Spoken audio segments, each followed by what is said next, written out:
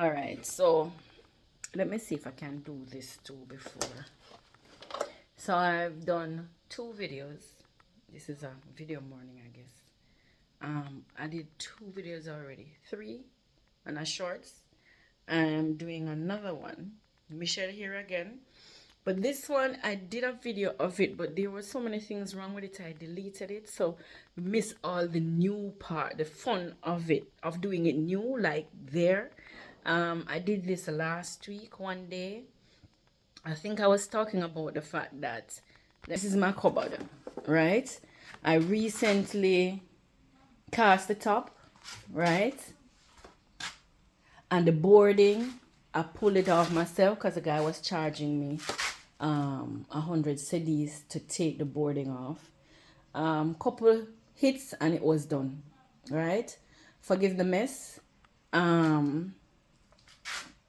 But this is it. So what it afforded me is kind of a little bit more permanent, in terms of I don't have to move it until I'm ready to tile it, because I'm going to be tiling and then putting in the boarding and so on.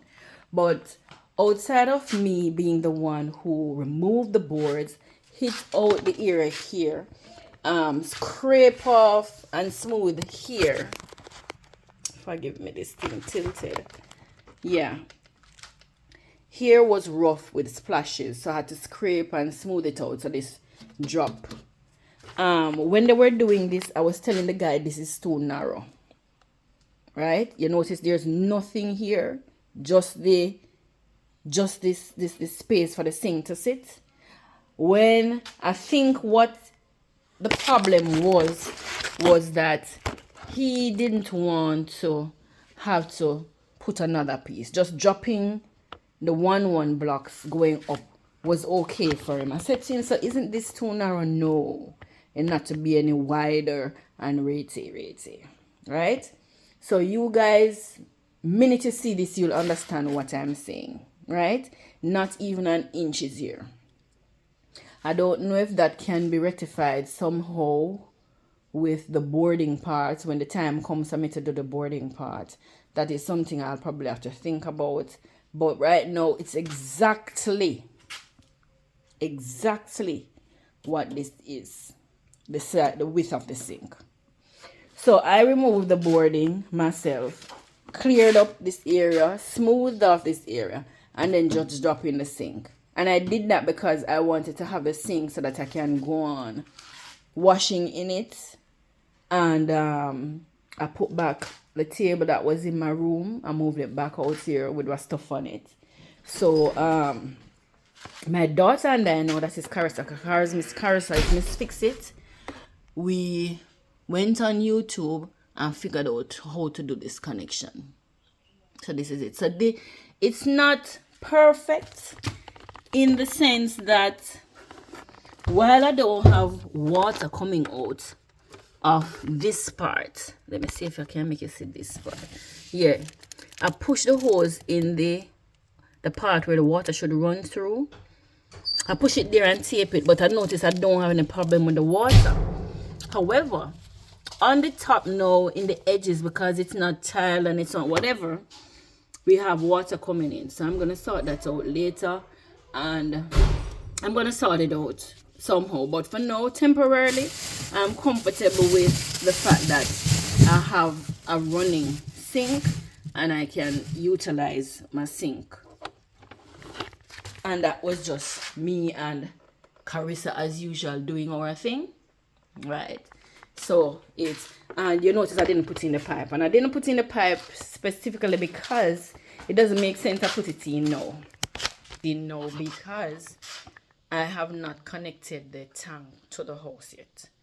So just like with my bathroom, because my bathroom having all the fixtures, it's there basically as I show, because there's no water in it yet. But that will come. So just wanted to say that. Oh, yeah. Yeah, so I was trying to decide. I see one full view of the kitchen. Yeah, this is what we use. So we put ice in this. Got this from a friend, but it was leaking. They said I should throw it away, but come in handy instead of just stooping to deal with this, and I don't want it flat on the ground with the dirt or dust, right? So this is the kitchen as is. This is over the stove area with the cylinders, right? So this is the kitchen. Yep. And this is a laundry, but I kind of store stuff in there, cement and so on, for the time being. All right, but that's it for now. I always have updates, and despite how it looks, I guess that different people have different view as to what they're seeing here.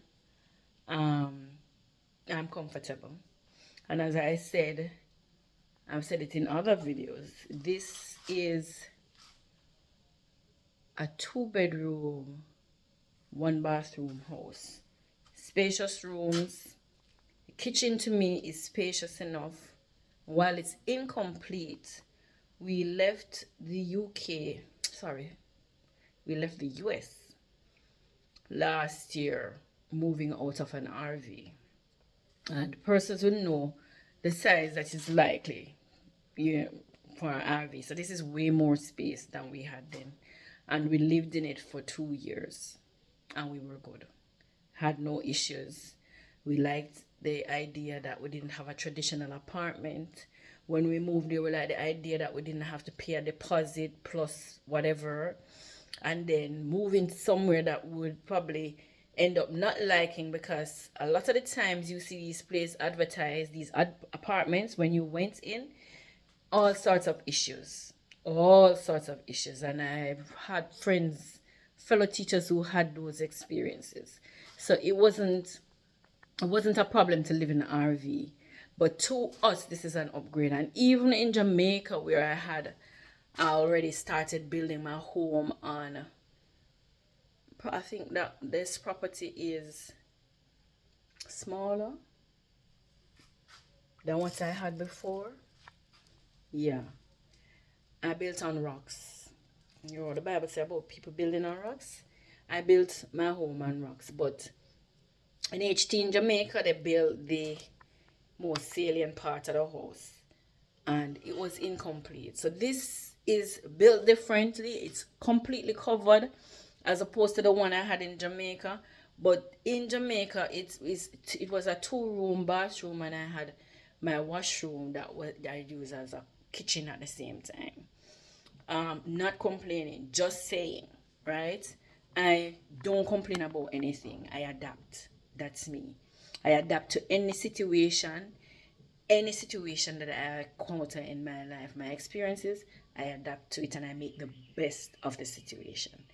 That is what I do. I work with what I have. So, I'm good here, and I'm good with taking the time I need to get to where I need to get to, and the journey is, to me, spectacular. It's okay because it teaches me so many things. So it's not a race to get there. I'm just slowly strolling to the end result. All right. I need to get to work, so I'm gonna be leaving, and hope you gain something from this video as well. So I'll see you in another video.